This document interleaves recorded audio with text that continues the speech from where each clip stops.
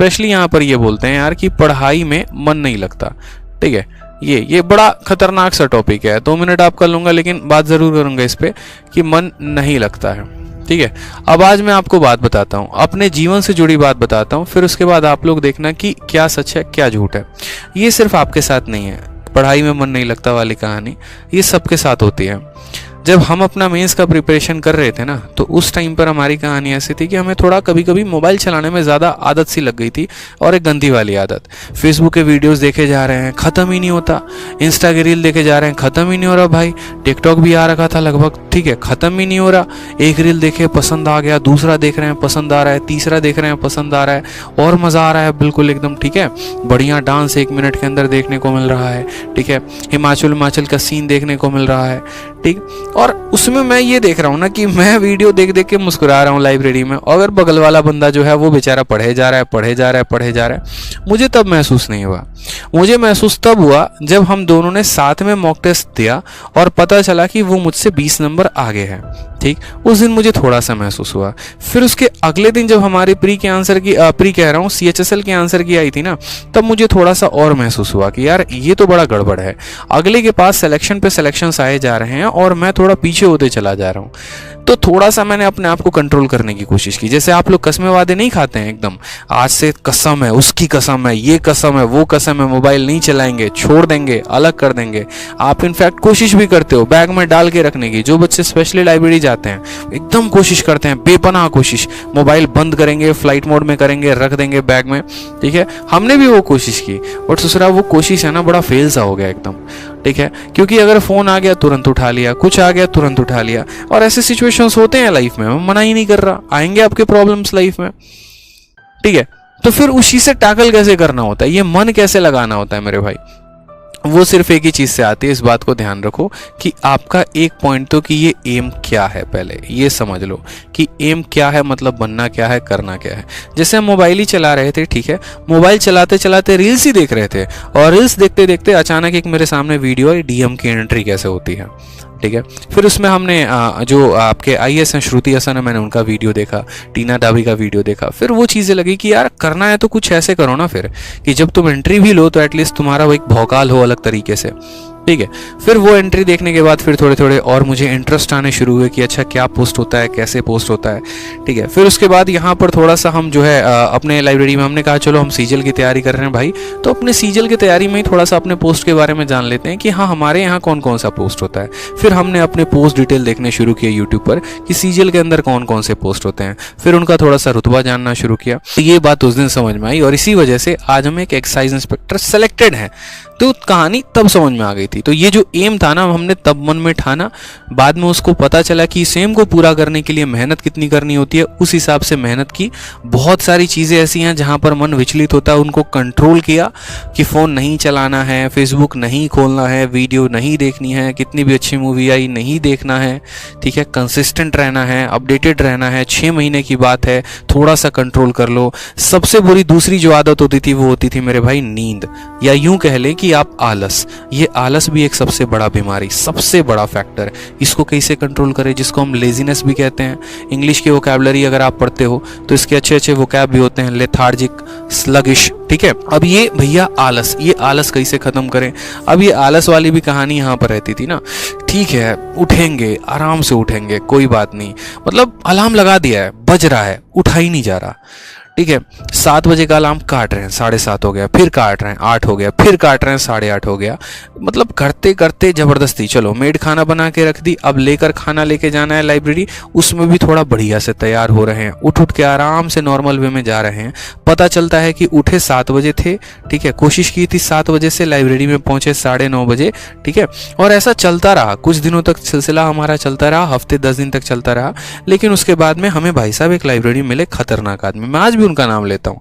ठीक है, एक दिन मैं जब यहाँ पर 9:30 में पहुंचा ना, तो उस लाइब्रेरी में हमारे जो सर थे उन्होंने कहा कि तेरी सबसे बड़ी गलती है ना कि तू ये कर रहा है कि तू ये 2 घंटे का यूटिलाइज नहीं कर रहा। मैंने कहा सर क्या होता है 2 घंटे में, 8-8 घंटे पढ़ता हूँ, 10-10 घंटे पढ़ता हूँ, कम है क्या। कहा कि एक काम कर, वो सीट है, उस सीट पर जा और उस सीट पर एक लड़के को देख कि वो कितने बजे आता है, बस आज ये देखना कि वो आया कितने बजे, वो जाता कितने बजे, उसके मॉक्स के मार्क्स देखना, फिर तुम्हें अगले दिन से खुद समझ में आ जाएगा। उस सीट पर जो लड़का बैठा था ना, वो सुबह के 6:30 में आता था, और रात में सबसे लेट लाइब्रेरी को बंद करके जाता था वो 12:30 में मेरे भाई, ठीक है।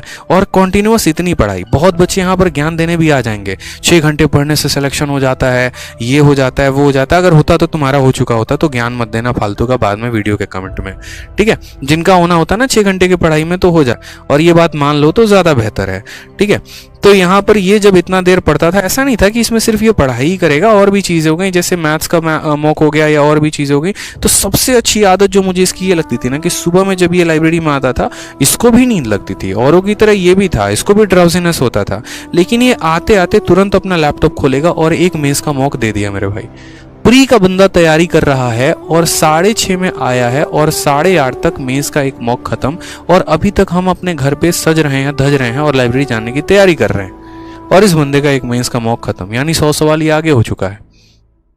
और ऐसे कहानी करते करते करते करते मेरे भाई ये डेली डेली डेली डेली सोचो मुझे कितने का ये लीड दे रहा है।